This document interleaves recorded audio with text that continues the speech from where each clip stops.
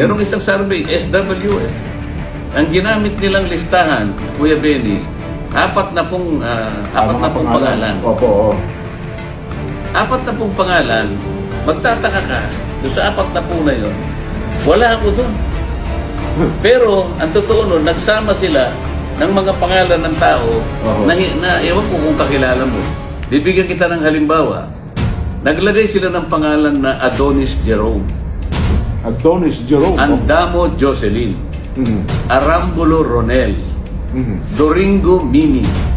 Floranda Modi. Opo. At Ramos Danilo. Doon sa mga nabanggit kong pangalan, sino doon ang kilala mo? Bukod doon, naglagay sila ng pangalan na hindi naman nagpahayag ng pagkakandidatura. Ng kandidatura. Halimbawa, yung Jokno Jose Manuel. Sir Jokno. Okay. Hindi naman nagpahayag ng pagkakandidatura.